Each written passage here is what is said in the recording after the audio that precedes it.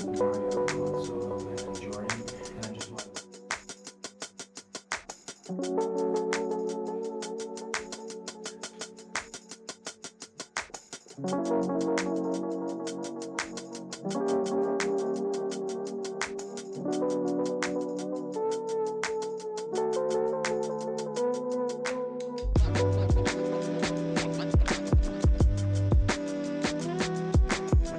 Alright, so hey guys, thanks for tuning in and clicking on this video. My name is Brady Carducci and I'll be your host today. I have the pleasure today of sitting down with a man to my left. He's a Toronto-based singer, rapper from the city. Welcome to the show, Notifi. How's it going, Appreciate it, man. Good. Appreciate good. you coming on. I've been good, man. I can't complain. Good. So I wanted to get right into it. So to start things off, I wanted to talk a bit about where your passion for music came from. I know you're born in Montreal, but you grew up in Toronto for a large majority of your life. Did you grow up in a music household, or was it something, your passion for music, something you cultivated by yourself? My family was always going to church every Sunday, so I was playing the drums in church. And when I wasn't doing that, I was at home on the ice cream tub going at it. So before I got a drum set, so yeah, I was always surrounded by music, so I think that's where it kind of stems from. Okay. Did you, when you were in the church playing drums, did you do any singing and stuff in the choir, or was it strictly no, drums? As a kid, I was shy as fuck. Oh, really? Okay. No, I couldn't do any of that. Okay. Just the drums. Just the drums? Yeah. Nice. Did you play any other instruments, or just the drums? No, I wanted to learn how to play the piano, but it would have been good for producing, but I couldn't get into it. Okay. Yeah. So obviously, having a love and passion for music, what spurred you to start taking it upon yourself to create your own music? Was there someone who maybe saw your talent and was like, oh man, you should really do this? Or was it something, one day you're like, oh, I'm just gonna try this and see how it goes? It was actually my boy. I used to live in Scarborough. Okay. So one day he was just like, yo, let's go make a track. I'm like, what are you talking about? Let's make a track. Yeah. What do you mean? He's like, yo, let's go make a track. So we went back to his crib. We had a dollar store mic. Got it from a dollar store. It was Mixcraft. I don't know if you know what Mixcraft is. No. Old program. Okay. So we just loaded up a beat and we just went at it. I mean, it probably sounds like horse shit now if you play it back, but back then it was so fun. It was just something that was new. And I just had a lot of fun doing it, and I kind of just stuck with it. Okay. At your time, did your friend know how to produce and put everything together, or did you guys kind of learn that together? He wasn't producing, but he was making music before that. Before that, so okay. He kind of just brought me into it. Okay. So was he kind of like a mentor for you a little bit in terms of when you just started out, showing you the ropes, how to do certain things, or? Oh, for sure, because he already knew what he was doing, right? Okay. So yeah, he definitely showed me just how to record and stuff. Okay. But after that, I kind of just took it around with it. I was this is my thing now. Yeah, no, for sure. That's dope. Who's your boy? You want to shout him out? Yeah, Major. Shout out Major. Shout out guy. Major. It's my fam. Awesome. Okay. So I feel like many people, they don't realize how actually tough it is to be an artist these days. For you, what were those early days like, when you're still trying to find your sound and really craft your identity of who you wanted to be as an artist? What were those early days like? Well, the older you get, the more you think about that kind of thing. Yeah. When you're 12, 13, you're not thinking about that. You're kind of just going. You're just having fun. You're just going with it. But definitely the older I got is the more I was like, all right, what am I trying to sound like? What am I trying to do? Okay. And then I kind of started singing around 16, 17. Okay. So it was kind of that was something new. Because Right. before then I was just rapping and producing. So then I brought that into the mix. And then I kind of had to change the sound. Right. Right. So, I mean, it just took a little time, but I think everybody has their own process that they go about trying to find it. Now, were you like a natural singer, or because I know Hell no. No, okay. Because I was hearing this story. I was watching this interview with Tory Lanez, and he was saying how he wasn't a natural singer. So what he would do, I didn't even know this was possible, but he would just keep on singing and singing, and eventually his vocal cords would strengthen to a point where he could hit all those high notes where, let's say 5 months before he wouldn't have been able to hit that at all. Was that your case where you found as more time got along, you just kept on singing, you were able to hit higher notes, or your range grew and stuff like that? Oh, for sure. When I first started, I was horseshit. But just like you said, it's practice, right? Your vocal cords are a muscle. So it's like doing push-ups or crunches. You do it often enough, repetition, it builds. Okay. So that's all it was. Okay. Just practice. And you didn't have any vocal coaches or anything No like that? vocal coaches, nothing until probably last year, actually. Okay. Yeah, so I'm lucky I didn't strain it. Yeah, or yeah. like mess it up. 'Cause I feel like especially like when artists go on tour, that's like the big concern is like overuse of the vocal muscles, because I know that can really. Oh, for sure, take a it's toll. strenuous on your voice, for sure. Yeah. So I know early on in your music career, when you're experimenting with a lot of sounds, you used a lot of samples. I know you were heavily influenced by Kanye, because he was infamous for doing that kind of stuff. For sure. But now, though, when I listen to your music today, it's a lot more of a hybrid style, combining your rapping abilities and your singing, as well as I feel like there's, at least for me, there's a lot of dark kind of undertones to it, which I personally like. Can you break down the decision to kind of go that direction and how you really developed that sound that you have today? Okay, so for starters, for those of you who don't know, when you sample a record or whatever, depending on how big it gets, like the original owners of that record will like come after you, right? Because you don't own it and you're using it, right? Okay. So with that being in mind, I was like, you know what? I'm not trying to get into all of that. And plus you got to clear it, right? You got to pay to clear it. Okay. If you want to distribute it. So I was like, I don't have that kind of money to be clearing big MJ samples or big so it's expensive. whoever samples. Exactly, Yeah, it's a lot of money. So I was like, you know, I'm just gonna stay away from that for now. So I kind of just got into just making beats without samples. And then a lot of producers, they just started sending me packs. And I was like, cool, well, I'm gonna use these. Yeah, of course. Because it makes sense, right? Yeah. So for the last maybe like 2 years, I haven't really been producing much. I've just been taking in what's been coming because it's just been an abundance of beats. Okay. So with that being said, a lot of the beats coming in are tailored to today's sound. So in terms of hip hop, so it's not like the boom bop beats, you know, that you used to hear. Like the 80s or something, yeah. And it's not the Kanye samples from like the early 2000s, right? So a lot of my people around me was like, hey, maybe you shouldn't be rapping because there's just so many rappers, right? Yeah. And everybody kind of sounds the same when you rap, right? There's not much individuality when it comes to rapping. So I was like, okay, cool. I'm still gonna rap, but I'm gonna try something different. So I infused it with singing. Okay. And then that played into the hybrid beats. So now it wasn't just a straight rap beat. It was a beat that I could also sing on. Okay. But rap with like a melodic tone. So it wasn't straight rap. Right. It was like a smooth little flow. Okay. And then the darkness, the dark tones, that's just a preference, I think. Okay, in terms of how you want a record to sound. Yeah, I mean, it's those upbeat, up-tempo kind of pop records, those are cool. Like, I like those kind of records. But like, you don't really feel much when you hear those. No, yeah. Yeah, and especially too, because I find you hear them so frequently that I feel like you're desensitized to if the artist is even supposed to, trying to put in some emotion to the song. No, it's a fact. It goes over your head. No, for sure. So with those darker tones, it's a lot easier to gravitate towards that sound. Because like, oh yeah, I feel this way too. Or I've been through that. Or, you know, that kind of thing. So, I mean, yeah, that's pretty much what it is. You know? Okay. Now, when you would get producers sending you beats, would there be a certain, let's say, handful of producers where you're like, man, like I really like the stuff they're giving me, I want to exclusively work with them? Or were you at a point where, you know what, I'm just going to keep the doors open and not really like, oh, I'm just going to work with this person and disregard other people? Oh, for sure. A lot of people are actually suggesting that I do that, but I'm like, oh, why? Yeah, it wouldn't make sense. What's the point? Because when you do that, you kind of put yourself in a box, if that makes sense, right? Because that one person is going to be giving you one sound until they elevate and give you another sound. True. Yeah. But if I'm getting sounds from 6 different producers, 6 different sounds, and I put it all together, and that's Notifi. So it's kind of like, no, I didn't want to do that. Yeah. So I accept beats from everybody, all producers want to send me a beat, send me some beats. But yeah, no, for sure. That's what it is. Okay, interesting. So more about the music. In September, you released your debut EP, Collateral, so congrats on that. I know it's a big thing, no problem. So with this being your debut EP, did you have a certain story or message that you wanted to kind of convey as an introduction to the masses? Just that this is me. This is what I can offer. This is the sound.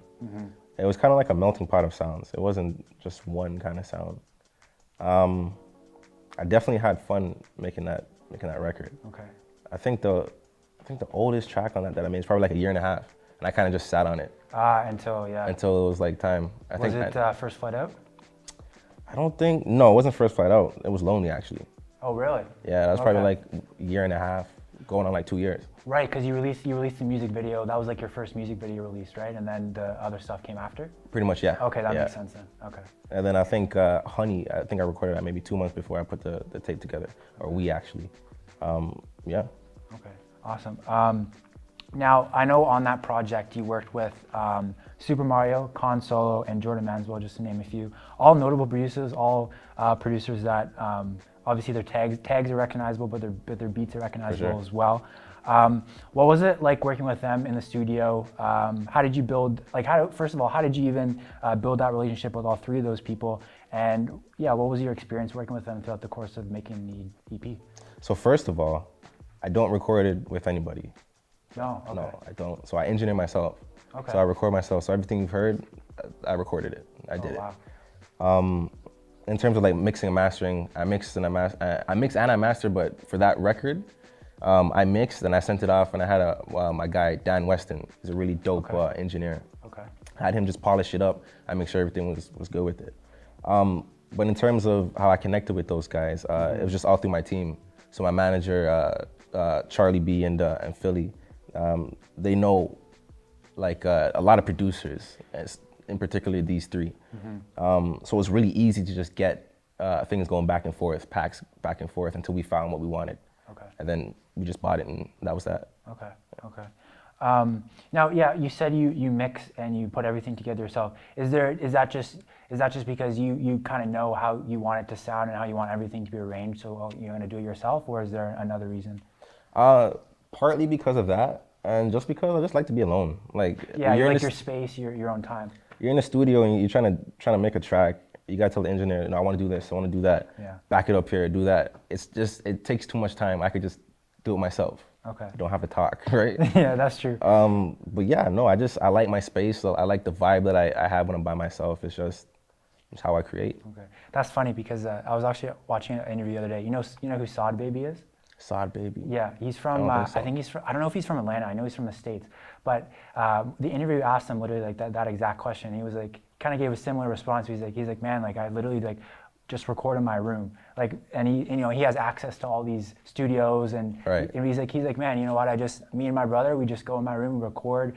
He's like, I don't have to worry about if I'm tired, I can just pass it on my bed. We got food right there down in the kitchen. So I'm like, you know what, man? No time limit too. That's what it is. You don't have to pay no big expensive bills. Yeah. So you know what? I'm like, man, it makes sense. No, for sure, 100%. And with the way music is today, it's so easy to just make a track and put it out. Yeah. So you don't have to spend big money. Mm-hmm. Exactly. So it's like, yeah, you're trying to conserve your money for, if you want to spend it on a trip or a tour or a show. For sure. It's better or spent. A video if you want to make one, because they're expensive. They're not cheap. I tell you, man, they're not cheap. Trust me. So out of all the tracks on your new EP, which one was your favorite to record, and then which one, just on a personal level, means the most to you? Favorite to record? Probably, I'd say Wave. Okay. Was probably my favorite to record, just because it has that transition. So it's that R&B, then it has that rap bounce. Yeah. So that was cool. That was cool in that aspect. The music video I liked for that too. Yeah, it was trippy. Yeah, I like how it came out. The 88, the production, they're crazy. They're just so good. Who, if you don't mind me asking, who filmed the music video for Wave? For Wave, it's 88. 88. Okay. Yeah. So the resume is stupid, but like, they're really, really cool people, and like their production, their value is just, for what you pay, like it's dope. Okay, you get like 10 times in return of. Oh, for sure, 100%. In terms of which record means the most to me, I'd probably say Honey. Yeah. Just because that was about like a high school crush. Okay.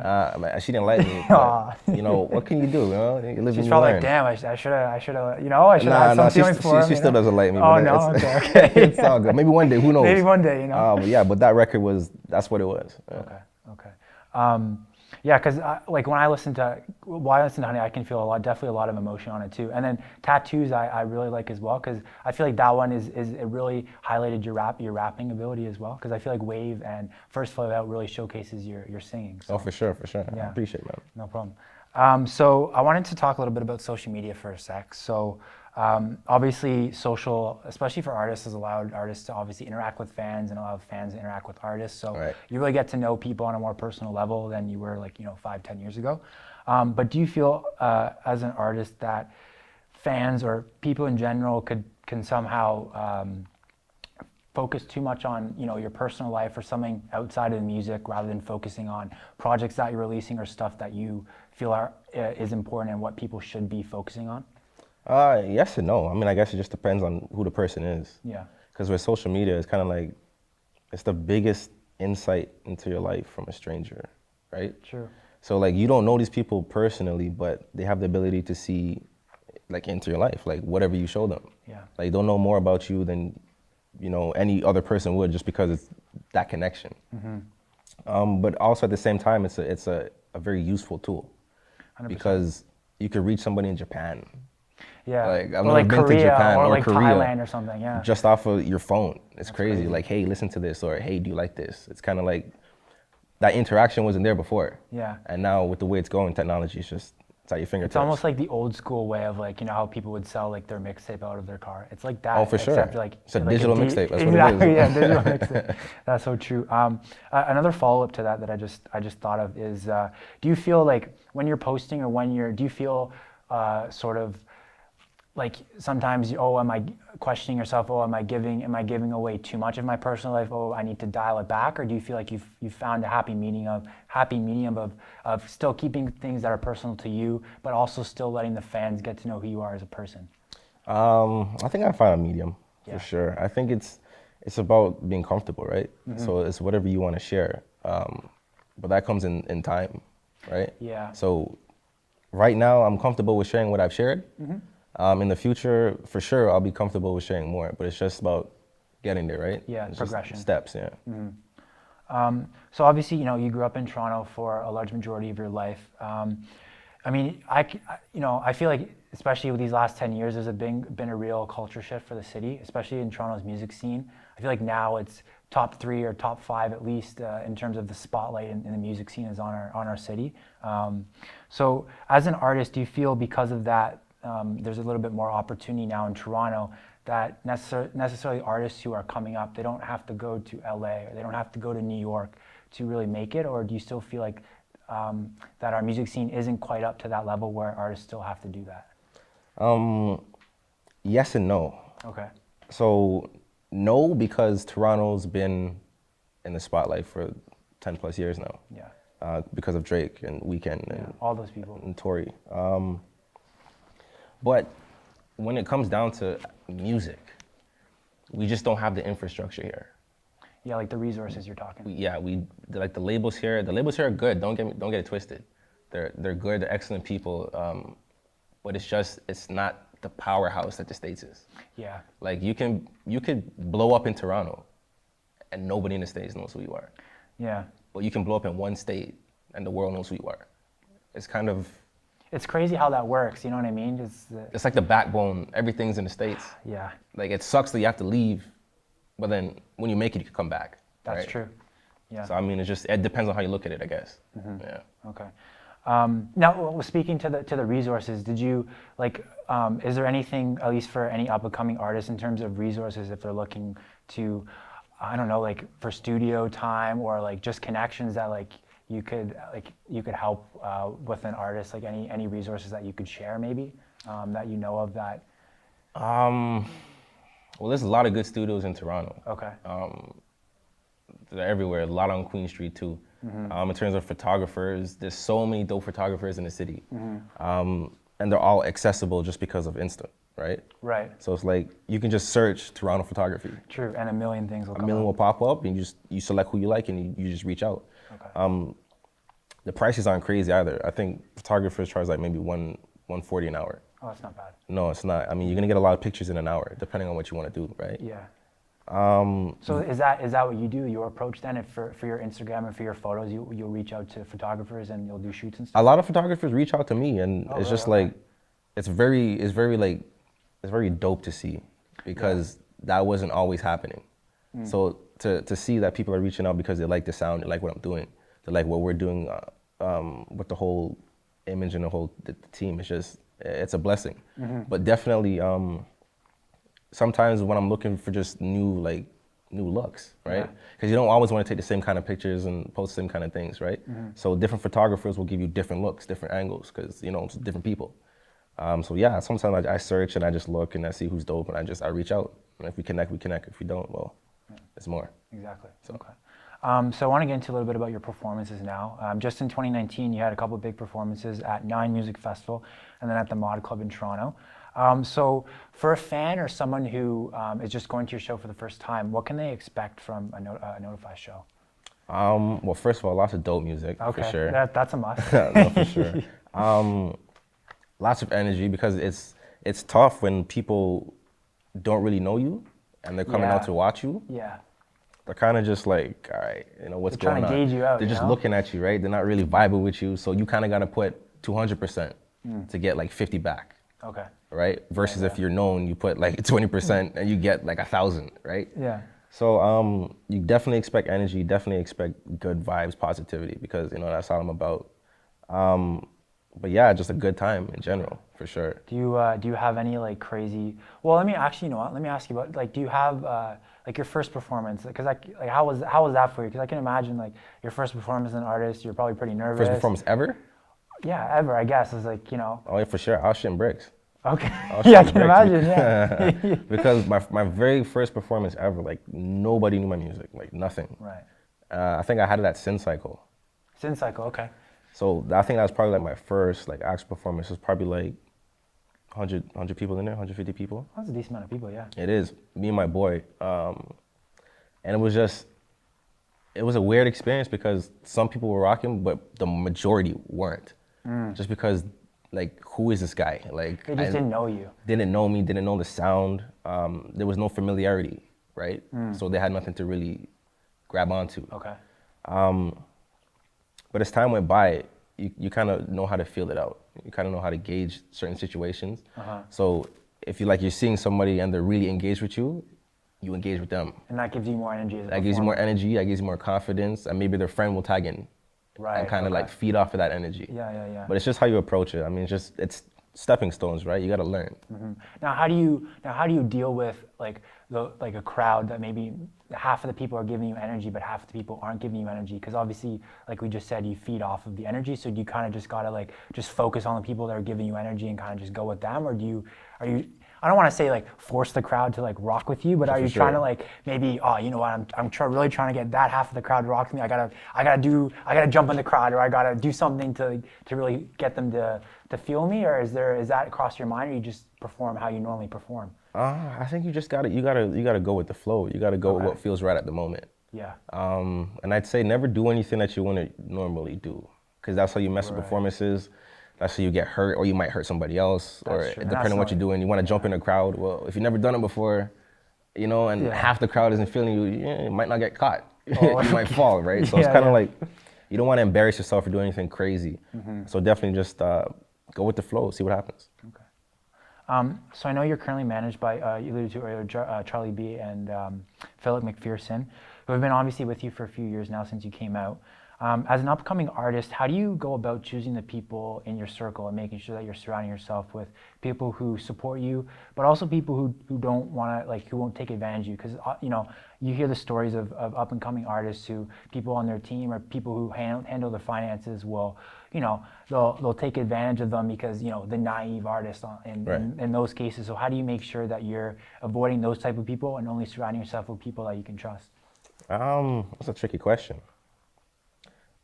Because you never really know who's there to take advantage of you until it happens. Until it happens, or until they show signs. Yeah. Right? Yeah. So I mean, like, you just gotta put your trust in people, and just believe that they're there to support you, they're with the best intentions for you, and just build a connection, right? Because they're less likely to take advantage of you if you have like a real connection. Yeah. Because if it's kind of like, all right, I just met you today, come rock with me, right? It's kind of like, it's shaky, right? Yeah. So you kind of got to build that bond first before you consider like really taking them in. Okay. And maybe just give them little things to do here and there and see if they're really with it. Yeah.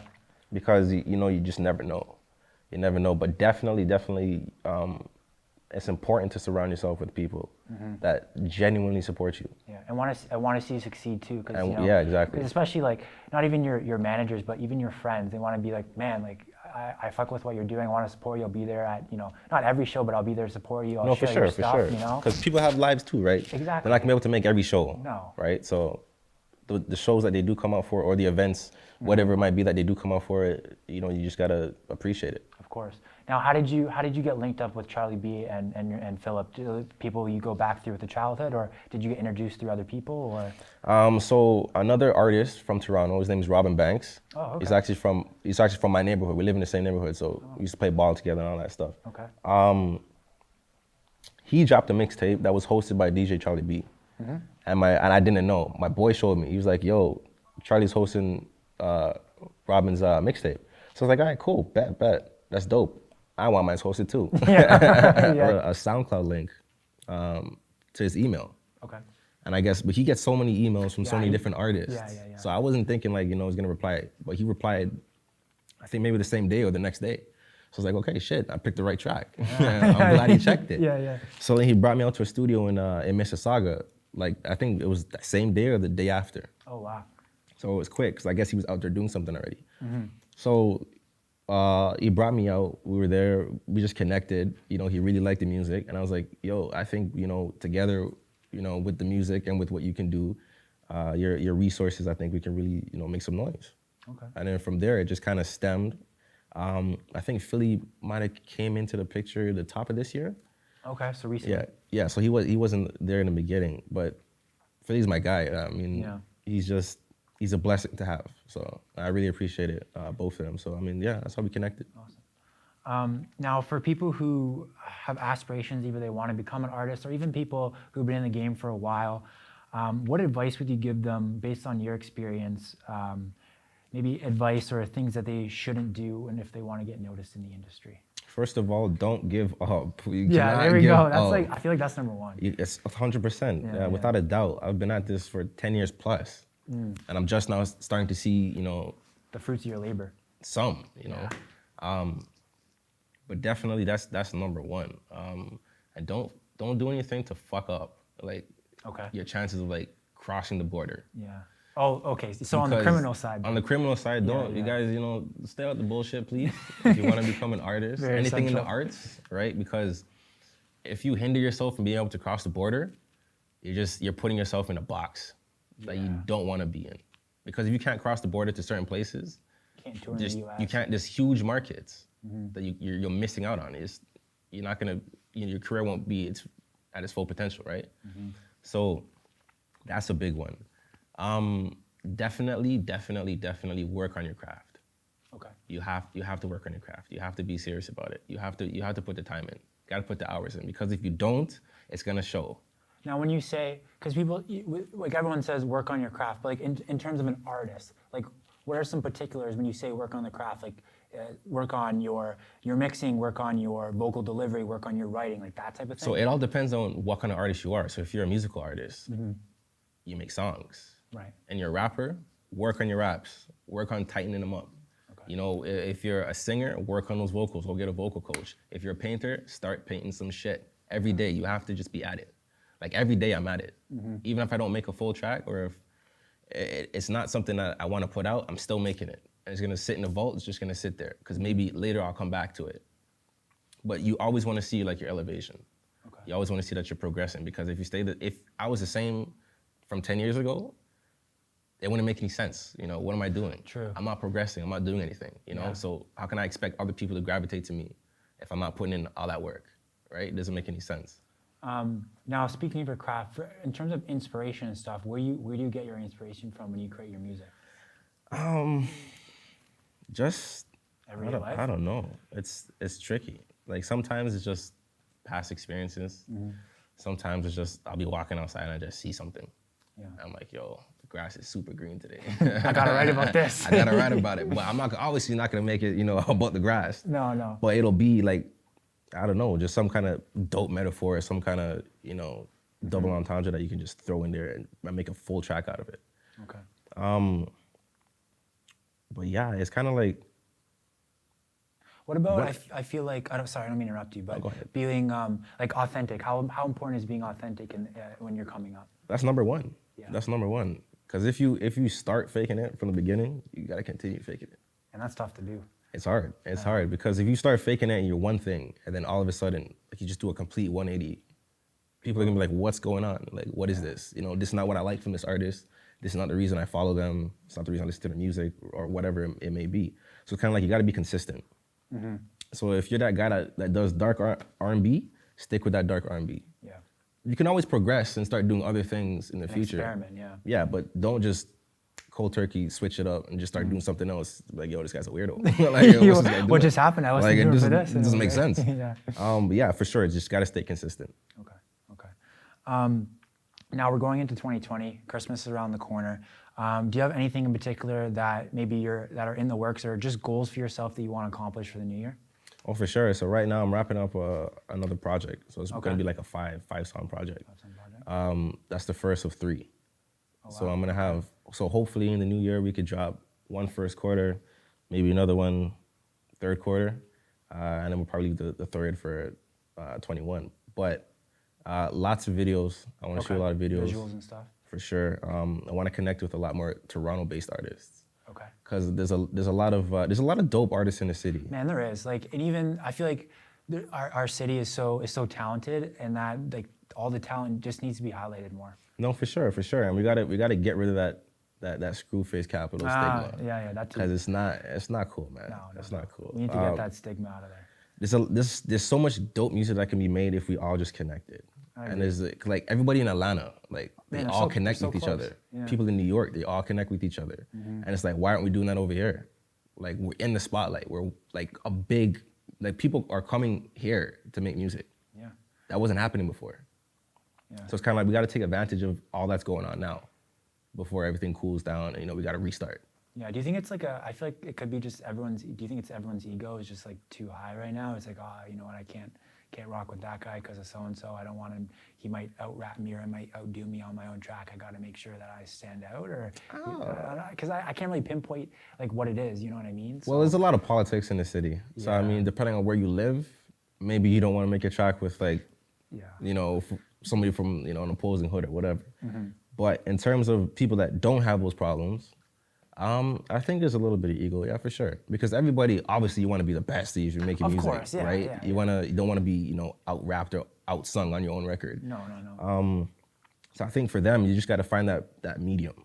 So maybe don't go for the person that's like your direct competition. But go for somebody else that maybe you feel like is still coming up. But yeah, definitely, everybody's just got to start working together, for sure. Speaking of working together, do you have like maybe a top 5 artists from Toronto you want to collaborate with for the new year? Top 5, I'd say I'd put Anders first. Okay. He's really dope. I really like Anders. Yeah, he's got a good sound. Oh, for sure. Definitely would want to work with this girl. Her name is Summer Song. Oh, okay. She's really dope. Yeah, She's really dope. She's good. Young Tory too. Yeah, okay. I think Young Tory makes some fire, to be honest with you. He does, yeah. His stuff is catchy. His hooks are so catchy. It is. He makes dope music. Mm-hmm. Swagger, right? Shout out Swagger. Shout out Swagger. Definitely want to make something with him. And who else? I feel like you'd go well with like jazz.